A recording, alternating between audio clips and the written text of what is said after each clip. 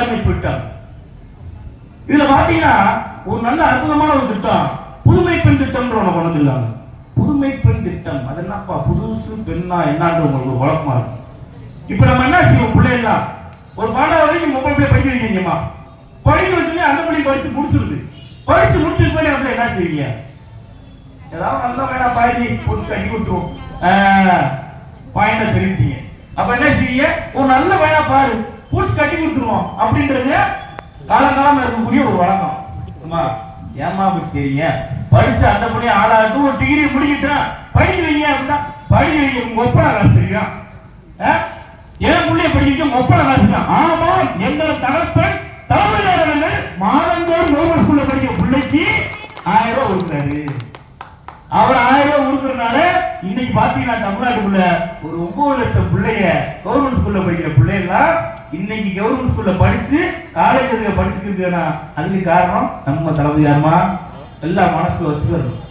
சரிங்க, பொம்பளை பிள்ளைக்கு ஒரு சொல்லி செஞ்சு விட்டீங்க, நான் பையனை பத்து வச்சிருக்கேன், நான் என்ன செய்யறது, நான் என்னாண்டு போய் 1000 ரூபாய் வந்தது இன்னும் வாரிமா.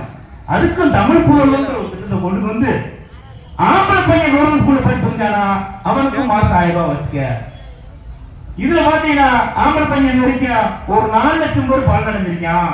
ஆகக்கூடிய ஒரு 13 லட்சம் மாணவர்கள் இன்னைக்கு 1000 ரூபாய் வீட்டுக்கு வாங்கி அவங்களுக்கு தேவையான விஷயத்தை பயன்படுத்திக்கிறாங்க, படிச்சுக்கிறாங்கன்னா அதற்கு காரணம் எங்க தளபதியார். உரிமை பெண் திட்டம், தமிழ் புதுவன் திட்டம், இப்ப நான் முதல்வன் திட்டம் ஒரு அழகான ஒரு திட்டம். அது என்னங்க நான் முதல்வன் திட்டம், கொஞ்சம் தெளிவா சொல்லுங்க கேட்கிறேன். அது ஒண்ணுமே இல்லைங்க. நம்ம பிள்ளைங்க காலேஜ் வரைக்கும் படிச்சு முடிச்சிருமா, காலேஜ் முடிச்சதுக்கு வேலைக்கு தேடி அங்க இருந்து போயிட்டு இருக்குமா. நம்ம எல்லாருக்குமே ஒரு ஆசை இருக்குமா மனசுக்குள்ள, என் புள்ள ஒரு நாள் கலெக்டர் ஆகணும், என் புள்ள ஒரு நாள் எஸ்பி ஆகணும்னு ஒரு ஆசை எல்லாருக்குமே இருக்கும். ஏதாவது மனு கொடுக்க கான்ட்ராக்ட் பேசுவோம், அன்னைக்கு கலெக்டர் வேண்டிய பார்ப்போம், பார்த்துட்டு என் பிள்ளையும் ஒரு நாள் கலெக்டர் ஆகணும்னு நினைப்போம். ஆனா என்ன செய்யுது, காலேஜ் படிச்சு முடிச்ச வெட்டி அந்த பிள்ளைக்கு கட்டுறதுக்கு கட்டி படிக்க வைக்கிறதுக்கு நம்மகிட்ட காசு இருக்காது. அப்ப என்ன செய்யுது, காசு இல்ல பணம் இல்ல, எப்படி என் பிள்ளைய கலெக்டர் ஆக்குறது. அதுக்குத்தான் நம்ம தகுதி யோசிச்சு வச்சிருக்காரு நான் முதல்வர் திட்டம். அது என்னன்னு கேட்டீங்கன்னா, படிச்சு முடிச்சு வர பிள்ளைகளுக்கு இலவசமா கலெக்டருக்கான பாடத்தை சொல்லிக் கொடுக்குறாரு, இலவசமா எஸ்பிஆர் வேண்டிய பாடத்தை சொல்லிக் கொடுக்குறாரு. அவர் சொல்லிக் கொடுக்கறது இலவசமா சொல்லிக் கொடுக்கறதுனால அந்த பிள்ளைய இலவசமாவே பதிஞ்சு இலவசமாவே படிச்சு இன்னைக்கு தமிழ்நாட்டுக்குள்ள ஒரு 57 பிள்ளைய அப்ராணி பிள்ளைய கலெக்டராகவும் எஸ்பிஆர் ஆயிருக்கு. அப்ப இது எப்பேற்பட்ட மகத்தான திட்டம் பாருங்க. படிக்கிற வரைக்கும் தான் செய்ய முடியும், நம்மளே யார்த்தையும் செய்வோம். அவர் காலேஜ் போறதுக்கும் செய்யறாரு, காலேஜுக்கு அப்புறமா வேலைக்கு போறதுக்கும் செய்யறாரு, கல்யாணம் முடிச்சு கொடுத்த மாதிரி பொம்பளை பிள்ளைங்க செய்ய வேண்டியும் செய்யறாரு. இதுக்கு மேல ஒரு தரப்பை என்னங்க செய்ய முடியும், என்னென்ன மிச்சம் இருக்கு, ஏதாவது மிச்சம் தான் நீங்களே சொல்லுங்க. இப்ப அடுத்த ஒரு விஷயம் பாத்தீங்கன்னா விடியல் பயண திட்டம்.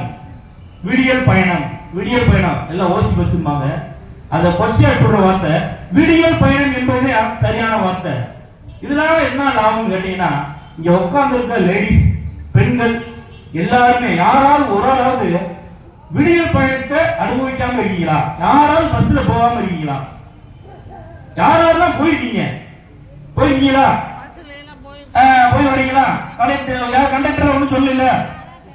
அதே இந்த தளபதியா இந்தியாவில் எங்கேயாவது செய்ய முடியுமா? யாராவது சொல்ல முடியுமா? பெண்களுக்கு பூராமே பஸ் பிரி அப்படின்னா யாராவது எடுத்துக்க முடியுமா?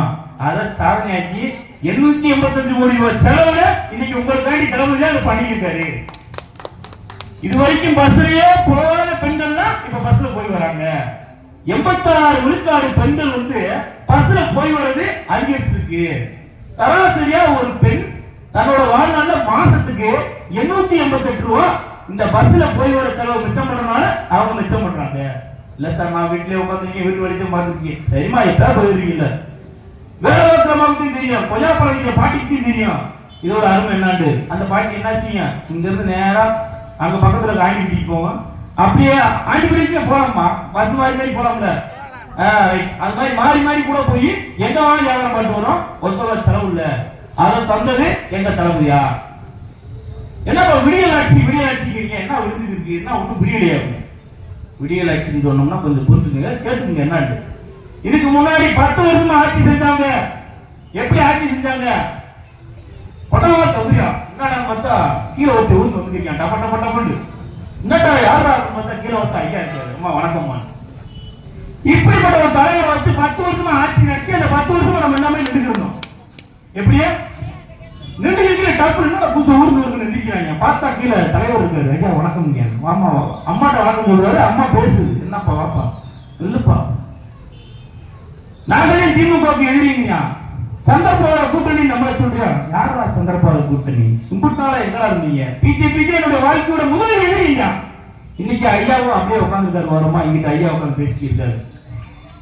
எப்படிங்களா என்னங்களா அதுல இருந்து காப்பாற்றி இன்னைக்கு தமிழ்நாட்டை தலைநிமிர வச்சு இன்னைக்கு வேற மாநிலத்துக்காரே எந்த ஊரு எந்த ஸ்டேட் விஜய் ஸ்டேட் கேட்டோம்னா நான் தமிழ்நாடு நெஞ்சு நின்று சொல்றோம்னா அதுக்கு காரணம் நம்ம தளபதியா?